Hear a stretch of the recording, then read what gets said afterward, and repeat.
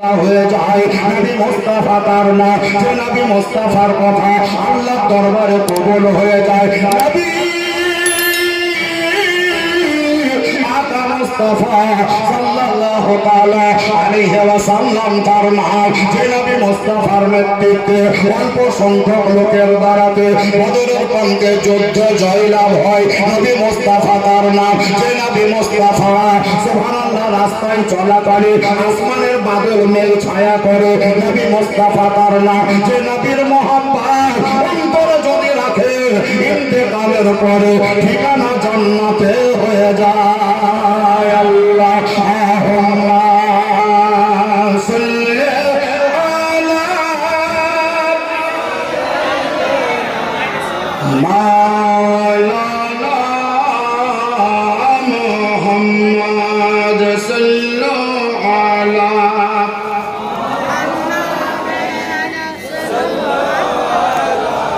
मोहम्मद हरदम ज़बान से निकालो पाक नामी मोहम्मद हरदम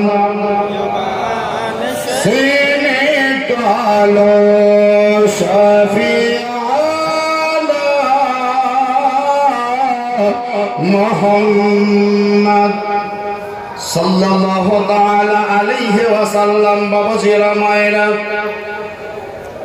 মাত্র আমি 10টা মিনিট আপনাদের নষ্ট করব, বেশি সময় নেব না, কাল বিলম্ব করব না। 30টা লোকের দরকার মনে করছি আমি।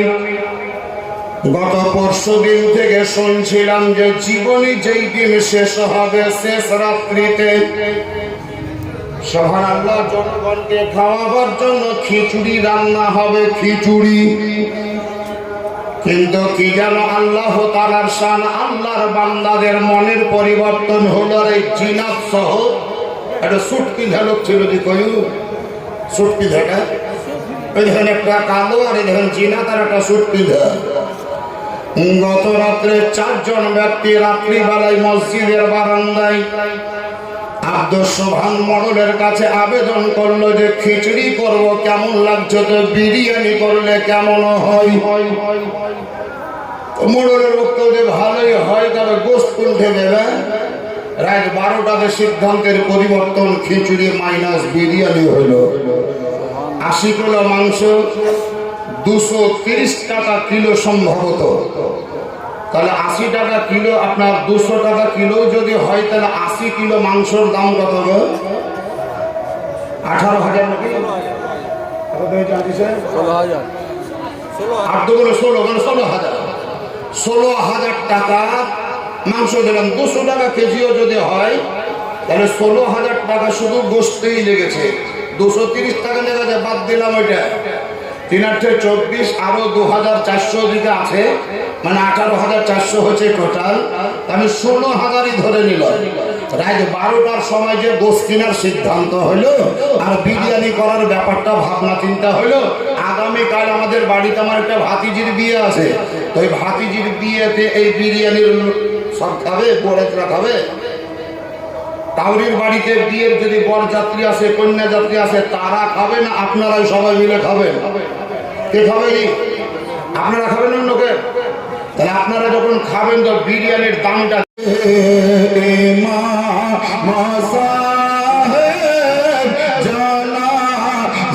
পড়াইবে কেমন থাকিব, কেমন থাকিব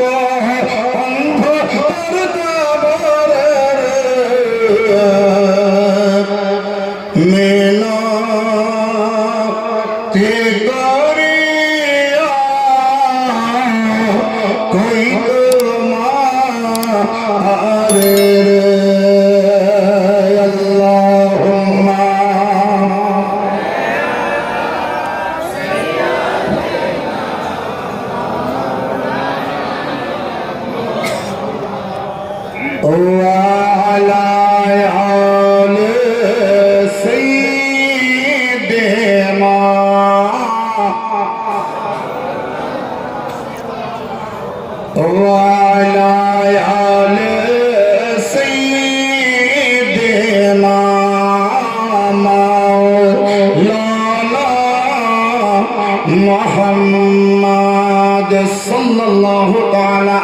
ওয়াসাল্লাম। এখানে আমাদের কেতাবুল ভাইয়ের বেটা মাসুদ শেখ একটু আগে মেসেজ দিলে যে 19,200 টাকার গোস্ত না, কত? 19,200 টাকা।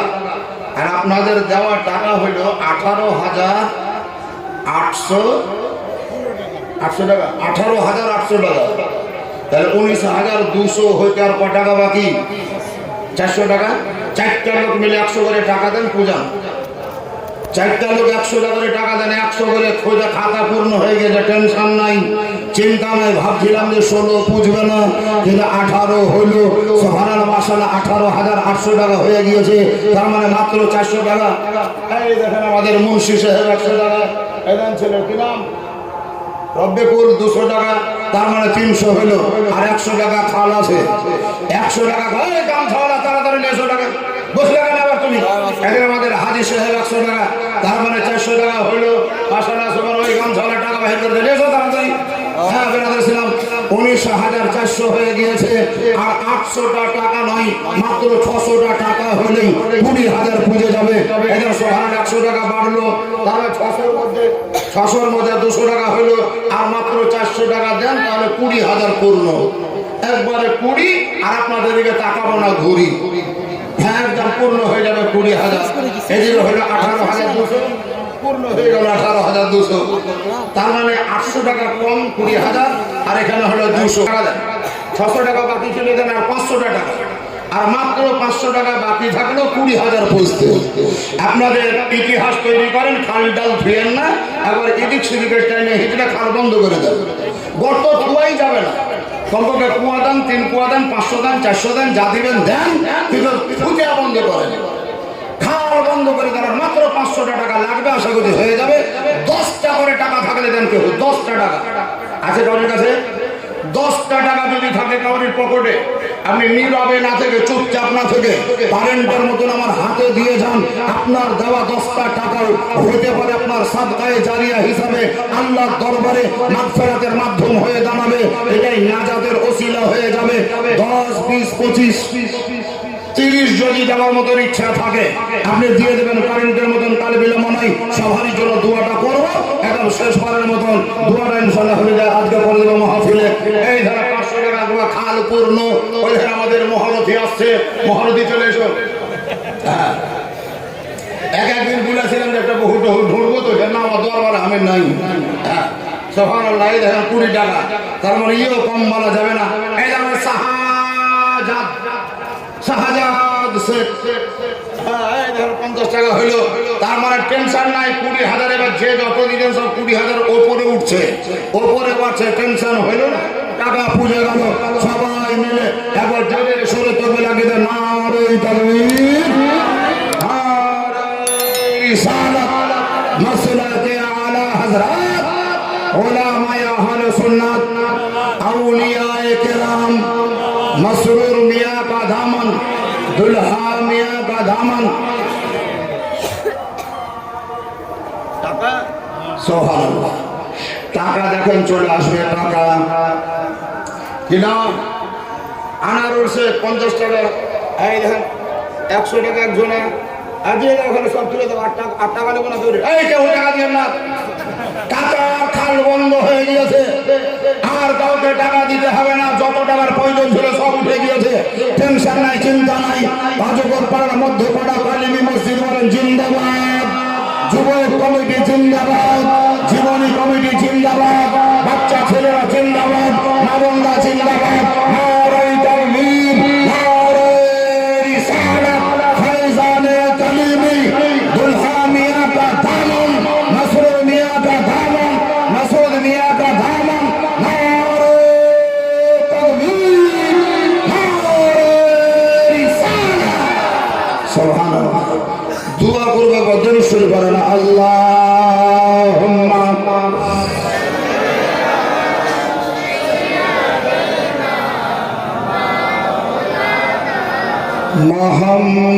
মুহাম্মাদ ওয়া আলা আলিহি মাওলানা মুহাম্মাদ ওয়া আলা আলিহি মাওলানা মুহাম্মদ সাল্লাল্লাহু তাআলা আলাইহি ওয়াসাল্লাম আমিন আল্লাহুম্মা সাল্লি আলা সাইয়্যিদিনা শাফিয়ানা মাওলানা মুহাম্মদ ওয়া আলিহি ওয়া সাল্লাম সালাতু ওয়া সালামান আলাইকা ইয়া রাসূলুল্লাহ সালাতু ওয়া সালামান আলাইকা ইয়া হাবিবাল্লাহ রব্বুল আলামিন আমরা যাহারা সভাতে উপস্থিত হয়ে আছি আমাদের মধ্যে অনেক মহিলা আছে যাদের স্বামী মারা গিয়েছে অনেক পুরুষ মানুষ আছে যাদের স্ত্রী ইন্তেকাল করে গেছে অনেক বেটারা ভাইরা আমরা আছি যাদের দাদু দাদি বাপ মা ইন্তেকাল করেছে অনেকেরই ছেলে মেয়ে মারা গিয়েছে ইমানের সঙ্গে যারা কবরে গিয়েছে আল্লাহ তুমি তাদের কবরকে জান্নাত বানিয়ে দাও তোমার নবী মুস্তাফার সালাতায় ওদের দুনিয়াবি ভুলগুলোকে মাফ করে দাও আমাদের গুনাহকে ক্ষমা করে দাও জীবনে জালসাকে কবুল করে নাও ওলি আউলিয়াদের ওসিলায় আমাদের ভুল ভ্রান্তিগুলোকে মাফ করে দাও রব্বুল আলামিন ওগোল্লাকে গায় না তুমি কোরআন পাকে ঘোষণা করো উদউনি আস্তাজিব লাকুম তোমরা দোয়া করো আমি কবুল করব ওয়াজিব দাওয়াত দাঈ ইযা দাআন যেখানে খুশি যখন খুশি দোয়া করো আমার দরবারে কবুল হবে তোমার নবী মুস্তাফা বলেছে যখনই তোমরা দোয়া চাইবে আমার ওসিলা দিয়ে দোয়া করিও আল্লাহর কাছে কবুল হয়ে যাবে তোমার নিকটে হাত উঠিয়েছে তোমার নবী মুস্তাফার দোহাই দিচ্ছে আমাদের দোয়াকে কবুল করো ইন্তেকাল করা মায়ের কবর জান্নাত বানিয়ে দাও ইন্তেকাল করা বাপের কবরকে জান্নাত বানিয়ে দাও দাদু দাদির কবরকে জান্নাত বানিয়ে দাও নানা নানির কবরকে জান্নাত বানিয়ে দাও বিশেষ করে অজগর পাড়া গ্রামের যে সমস্ত মুসলমানরা ঈমান সঙ্গে করে মারা গিয়েছে আল্লাহ তুমি তাহাদের কবরকে কিয়ামত পর্যন্ত জান্নাতে রূপান্তরিত করে দাও সাল্লাল্লাহু তাআলা আলা খায়রি খালকিহি মুহাম্মদ ওয়া আলিহি ওয়া আসহাবিহি আজমাইন বিরহমাতিকা ইয়া আরহামার রাহিমিন আমিন সুম্মা আমিন বিহামদি লা ইলাহা ইল্লাল্লাহ মুহাম্মাদুর রাসূলুল্লাহ আল্লাহুম্মা সাল্লি আলা মাওলানা মুহাম্মাদ ওয়া আলা আলি সাইয়্যিদিনা তারা উকি মারবে যেই ছেলেটার আঙুলের ইশারাতে আসমানের চন্দ্র দুই ভাগে বিভক্ত হবে যেই ছেলেটির ওপরে আল্লাহর তরফ থেকে আল্লাহর বাণী পবিত্র কোরআন অবতীর্ণ হবে 53 বছর বয়স যখন তার হবে মক্কার লোকেরা মক্কায় থাকতে দেবে না আল্লাহর হুকুমে হিজরত করে মদিনায় চলে যাবে তবে তুমি জেনে রাখো শুনে রাখো এটাই শেষ জামানার আখেরি নবী হবে হে আবু তালেব ভালো মনের শেষ নাই কারণ হলো ইনি আল্লাহর নবী ইনার দ্বারাতে ইসলামের প্রচার হবে ধর্মের এলানো হবে কলেমার আওয়াজ উঠাবে আর গাছপালাকে সাজদা করা বন্ধ হবে মেয়েদেরকে কবরে দাফন করা বন্ধ হবে নারীর নির্যাতন বন্ধ হয়ে যাবে মদ্যপান বন্ধ করে দেবে ঘুষ খাওয়া বন্ধ হবে সুদ খাওয়া বন্ধ হবে মিথ্যা কথা বন্ধ হবে নারী নির্যাতন যেমন বন্ধ হবে একজন অন্যজনকে কতল করাটাও বন্ধ করে দেবে কেউ কাউরির উপরে জুলুম করবে না কেউ কাউরির উপরে অত্যাচার করতে পারবে না আর এই নবী মুহাম্মদ সারাটা জিন্দেগি যতদিন কথা বলবে সবটাই সত্য বলবে একটাও কোনোদিন মিথ্যা বলবে না মিথ্যা কথা বলবে না প্রতিটি কথা তার সত্য হবে এর কথার প্রতি যারা বিশ্বাসী হবে তাদেরকে মুসলমান বলা যাবে দুশমনের শেষ নাই একে কতল করার জন্য ইহুদিরা চেষ্টা চালাবে একে হত্যা করার জন্য নাসারারা লোক লাগিয়ে রেখেছে, লোক লাগিয়ে রাখবে।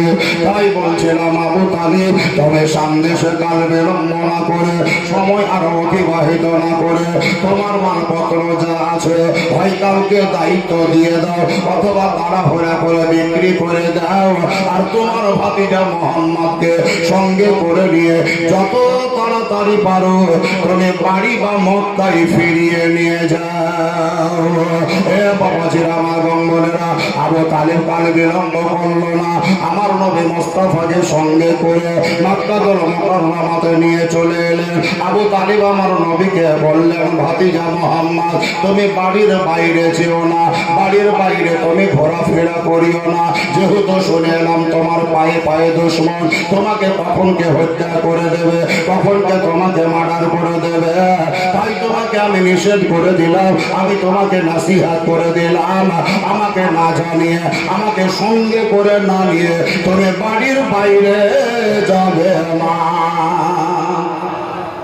এটা হলো ওসিয়ত বা নসিহত। হযরত রাসূল কায়নাত ফখরে মাওজুদাত রাহমাতে আলা মাওলা মুজাসসাম জোরে করুন সাল্লাল্লাহু আলাইহি ওয়াসাল্লামকে নিষেধ করার পরেও, নসিহত করার পরেও কোন একদিন যেন বাড়ির বাইরে চলে গিয়েছেন, হঠাৎ করে নবী ঘুরে চলে এলেন। আবু তালিবকে বলছেন, চাচা গো, আজকে আমার সঙ্গে একটা কাণ্ড ঘটলো, ইতিহাস রচিত হইল, মনে হয় আপনি জানেন না, আপনাকে বললে হয়তো আশ্চর্যিত হবে। আবু তালিব বলছে, কি ইতিহাস বলো? বলে, আমি একাই বেড়াতে গিয়েছিলাম, মাঠের মধ্যে ঘোরাঘুরি করছিলাম, কোন দিক থেকে দুইজন ব্যক্তি এলো, আমার ঘাড়ে হাত দিয়ে জমির আলের উপরে চিৎ করে শুইয়ে দিয়ে আমার জামার বোতামকে খুলে দিয়ে সিনার উপরে চাকু প্রয়োগ করে গোটা পেটটাকে চাক করে নাড়ি ভুড়ি বার করে রহমতের পানি দিয়ে ধৌত করে আবার সেই নাড়ি ভুড়ি ওলা যেই জায়গার সেই জায়গায় রেখে দিয়ে সিলাই করে দিল, মহলম লাগিয়ে দিল, আর আমার পিঠে থাবা দিয়ে ওরা যেখানকার সেখানেই চলে গেল। এটা হলো দ্বিতীয়বারের সেনাচার।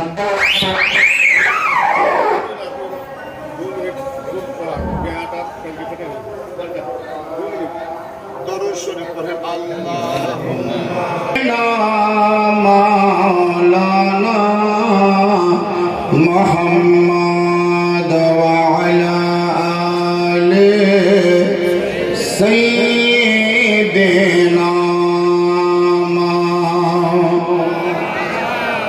মুহাম্মদ সাল্লাল্লাহু আলা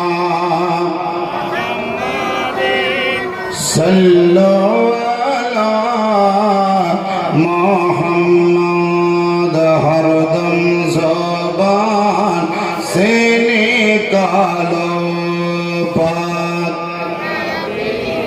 मोहम्मद हरदम ज़बान से निकालो शफी मोहम्मद সবাই জোরে বলুন সাল্লাল্লাহু তাআলা আলাইহি ওয়াসাল্লাম। ওয়াজিরা মাই বাম্মানেরা, আমাদের নবী মুস্তাফার দুইবার সিনা চাপ হইল।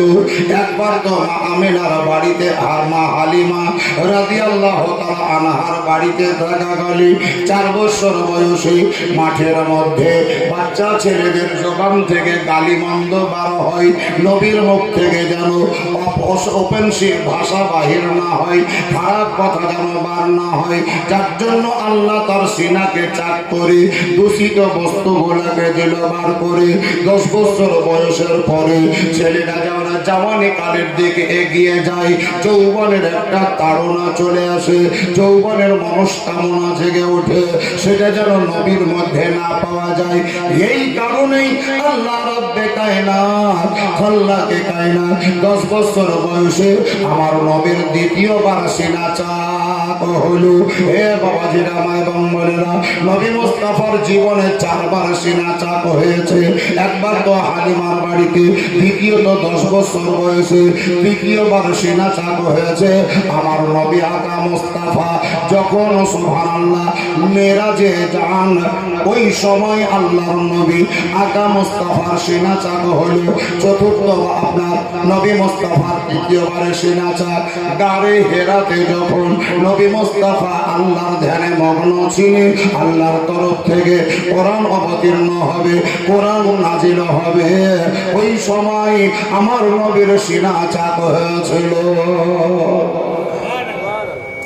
4-এর সংখ্যাটা বড় গুরুত্বপূর্ণ। যা হোক বাবাজিরা, বলছিলাম নবী মুস্তাফা বর্তমানে মক্কাতুল মুকাররমায় আবু তালিবের অধীনে চলাফেরা, খাওয়া দাওয়া, ওঠা বসা, বিছানা, বস্ত্র সমস্ত কিছুটাই হলো আবু তালিবের দেওয়া, অন্য কাউরের কাছ থেকে পাওয়া নয়।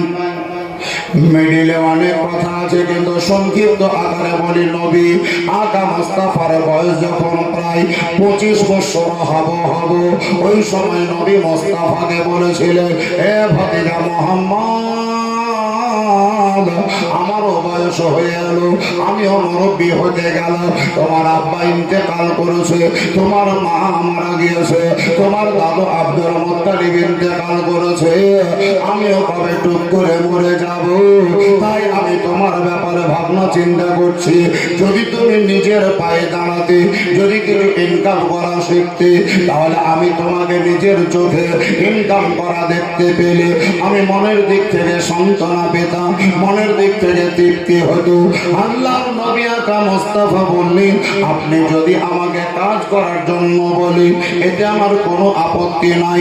আবু তালিব বললেন, আমাদের মক্কাতুল মুকাররমায় সম্ভ্রান্ত পরিবারের বিটি, ভালো ঘরের বৌমা, যার নাম হলো হযরতে খাদিজাতুল কুবরা, ওর স্বামী ইন্তেকাল করেছে পরপর 2টো।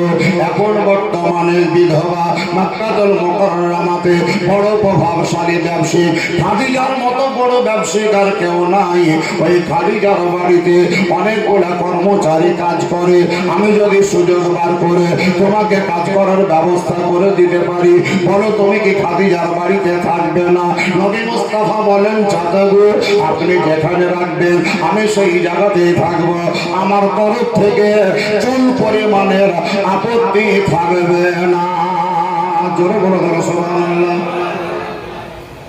আবু তালিব বললেন, তাহলে আমার সঙ্গে চলো, আমার সঙ্গে চলো।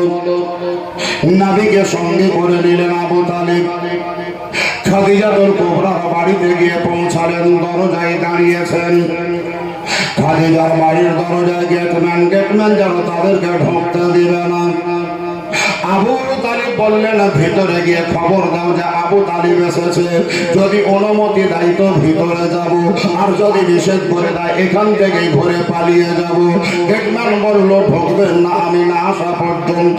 খাদিজাতুল কুবরার কাছে গিয়ে হাজির হয়ে বলছে, মহারানী, আপনাকে দেখা করার জন্য, আপনার সঙ্গে সাক্ষাৎ করার জন্য, আপনাকে কথা বলার জন্য মক্কাতুল মুকাররমার সম্ভ্রান্ত পরিবারের একজন মুরব্বী লোক এসেছে। লোকটির নাম হলো আবু তালিব। আপনাকে কথা বলার জন্য ভিতরে আসতে অনুমতি চাইছে, যদি বলেন তো ভিতরে আসতে বলবো। খাদিজাতুল কুবরা বললেন, কাল বিলম্ব করিও না, দেরি করিও না, আবু তালিবকে যত তাড়াতাড়ি পারো ভিতরে নিয়ে এসো। হে বাবা মা এবং বোনেরা, আমার নবী রাসূল আরবি ইসলাম নবী প্রেমের ছবি, নরুল নবী মা আমিনার লাল, মরুর দোলার মক্কার হেলাল, নবী মুহাম্মদুর রাসূলুল্লাহ সাল্লাল্লাহু তাআলা আলাইহি ওয়াসাল্লামের নবুয়তি চেহারায়, নূরানি চেহারাতে এমন একটা আকর্ষণ ছিল, এমন একটা সুবহানাল্লাহ টান ছিল, সেই দেখতো সেই যেন মোহিত হতো, যে দেখতো সেই পাগল হয়ে যেত। আবু তালিব যখন নবীকে নিয়ে খাদিজার গৃহে পদার্পণ করলেন, খাদিজার সঙ্গে গল্প শুরু হইল। খাদিজাতুল কুবরাকে বলছে, খাদিজা, এটা হলো আমার ভাতিজা, নাম হলো মোহাম্মদ, বাপের নাম হলো আব্দুল্লাহ, মায়ের নাম হলো আমেনা। বাপ মারা গিয়েছে, মা মরে গিয়েছে, এখন বর্তমানে তার মাথার ছাদা কেহ নাই, আমি হলাম একাই তাহার অভিভাবক। তাই তোমার দরবারে নিয়ে এসেছি। অনেক লোক তো কাজকর্ম করছে, আমার ভাতিজার জন্য যদি একটু কাজ করার সুযোগ বাহির করে দিতে পারতে আমি মনের দিক থেকে খুশি হতাম। হযরতে খাদিজা আমার নবীর পা থেকে মাথা পর্যন্ত আপাদ মস্তক দর্শন করে কি যেন মনের পরিবর্তন হইল। অন্য ছেলে হলে হয়তো নিত না, কিন্তু আমার নবীকে দেখার পর খাদিজা মনে মনে ভাবলেন এরকম ছেলে হাত ছাড়া করা যাবে না। তাই আবু তালিবকে বললেন, হে আবু তালিব, আজ থেকে আপনার ভাতিজা মোহাম্মদের চাকরি আমার দরবারে হয়ে গেল, আর বাড়ি যেতে হবে না, আর বাড়ি যেতে হবে না, বাড়ি যাওয়ার দরকার নাই, আজ থেকে কাজ শুরু করে দেও, আপনি একাই বাড়ি চলে যান। খাদিজা রাদিয়াল্লাহু তাআলা আনহা দুটো স্বামী হারিয়েছেন। একটা স্বামীর নাম হইল আপনার আতিক। আতিক তার একটা স্বামী ছিল, মারা গিয়েছে। যে হ্যাঁ, আরো একজন স্বামী ছিল, সেও মারা গেছে। পরপর দুটো স্বামী মরার পর স্বামীর অরিসূত্রে কিছু জমি জায়গা পেয়েছিল, বাপের বাড়ি থেকে কিছু পেয়েছিল, 3 দিককার সম্পত্তি বা টাকা পয়সাকে জড়ো করে আর বিবাহ করবো না মনস্থির করেছিল, এবং নিজে স্বয়ং সম্পন্ন হয়ে একটা ব্যবসা বাণিজ্য করার পদক্ষেপ নিয়ে বড় সম্ভ্রান্ত একজন ব্যবসায়িক হয়ে দাঁড়িয়েছিল, তেজারতকারী হয়ে দাঁড়িয়েছিল। সেই যুগে সেই সময়কালে খাদিজার মতন বড় ব্যবসায়িক গোটা আরব কান্ট্রির মধ্যে আর দ্বিতীয় কেহ ছিল না। সেই খাদিজার বাড়িতে আমাদের নবী রাসূল আরবি সাল্লাল্লাহু আলাইহি সাল্লাম কাজকর্ম করা শুরু করলেন। কাজ বলতে হাতে কোদাল ধরে মাটি কাটেননি, আর কাস্তে হাতে ধরে ঘাস কাটতে যাননি, বরং খাদিজার বাড়িতে যে সমস্ত রাখালগুলা ছিল আমার নবীকে তাদের মালিক বানিয়ে দেওয়া হয়েছিল। যে রাখালগুলা ঠিকঠাক কাজ করছে না, করে না, আর দেখাশোনার দায়িত্ব তোমার, তোমাকে কোনো কাজ করতে হবে না। মানে ঠিকাদারের মতন, ঠিকাদাররা কাজ করে না, লোককে দিয়ে কাজ করায়। আমার নবী মুস্তাফাকে দায়িত্ব দেওয়া হলো, তোমাকে কাজ করতে হবে না, ওই লোকেরা করবে, তুমি শুধু দেখাশোনা করবে। বেশি দিন অতিবাহিত হয়নি, নবীর নেতৃত্বে এই রাখালরা যখন পরিচালিত হতে লাগলো, যেই ছাগলের দ্বারাই খাদিজা 2 বছরে যে লাভটা করত, আমার নবী যখন তার বাড়িতে প্রবেশ করেছে মাত্র 6 থেকে 7 মাসের মধ্যেই আমার নবীর ওসিলায় খাদিজার ছাগলে 2 বছরের সমতুল্য লাভ হয়েছিল। খাদিজা দেখলো যে এই ছেলেটা আসাতে আমার এত উন্নতি, এত উপকার, এই উপকার হাতছাড়া না করে বড় ব্যবসা যেটা আমার কাপড়ের, এই ব্যবসাটা যদি তার হাতে দিয়ে দেওয়া হয়, তাহলে আমার মন বলছে আমার ব্যবসাতে আরো উন্নতি হবে, আরো উন্নতি হবে, আরো উন্নতি হবে। এই বলে খাদিজাতুল কুবরা রাদিয়াল্লাহু তাআলা আনহা নিজের আসল ব্যবসার দায়িত্ব তখন পর্যন্ত যার হাতে ছিল তার নাম হলো মাইসারা। মাইসারাকে ডেকে আমার নবীর হাতে সেই দায়িত্ব দেওয়া হলো। নবী হচ্ছেন খাদিজার ব্যবসার অভিভাবক, ব্যবসার মালিক, ব্যবসার গার্জেন, অধিনায়ক। মাইসারা দেখেছিল সচক্ষে রাস্তায় যখন নবী মোহাম্মদ চলত, তখন তার মাথার উপরে সূর্যের নিচে বাদল মেঘ এসে ছাতার মতন ছায়া করত। এই নবীর পায়ের তলায় পড়ে যাওয়া কাঁটা মমের মতন নরম হয়ে যেত, তুলোর মতন নরম হয়ে যেত। এই নবী মুস্তাফার পায়ের নিচে পড়া পাথর সুবহানাল্লাহ মমের মতন গলে যেত। সেই নবী এখন বর্তমানে খাদিজাতুল বাড়িতেই, খাদিজাতুল কুবরার বাড়িতেই ব্যবসায়, তার ব্যবসার মেন মেরুদণ্ড হিসাবে ব্যবসা করছেন। সেই ব্যবসা করতে করতেই পরবর্তীতে কি হবে তার বিবৃতি বর্ণনা একটু মনে রাখবেন, যদি পারেন তো ডায়েরিতে লিখে রাখবেন। এই বছর আর বলবো না, আগামীতে যদি বেঁচে থাকেন, আপনারাও যদি থাকেন, আমিও যদি থাকি, ইনশাআল্লাহ রাজি যদি ডাকেন আর নসিবে যদি বলাই, তাহলে এখান থেকে বিবৃতি শুরু করব, আলোচনা আরম্ভ করব। আজকে এই পর্যন্ত আলোচনা রেখে বর্ণনার সকল পরিসমাপ্তি ঘোষণা করছি। আর একটু বলতাম যে বিরিয়ানি রান্না প্রায় 8:30টাতেই শেষ হয়ে গেছে। ঠান্ডা বোধহয় হয়ে গেল, কর্মচারীরাও ভাবছে যে শেষ কখন হবে। ঠান্ডা যে হয়ে গেল, ঠান্ডা যে হয়ে গেল, আপনাদেরকেও ঠান্ডা হতে দিব না, আর বিরিয়ানিকে তো ঠান্ডা হতে দেওয়াই চলবে না। এই কারণে আলোচনার বেশি রাখা চলবে না। আখির দাওয়ানা আলহামদুলিল্লাহি রাব্বিল আলামিন। চালাবো তবে যে চালান সাহারায় সুবহানাল্লাহ। একটা গজল বলবো, গজল বলে একটা গজল। হ্যাঁ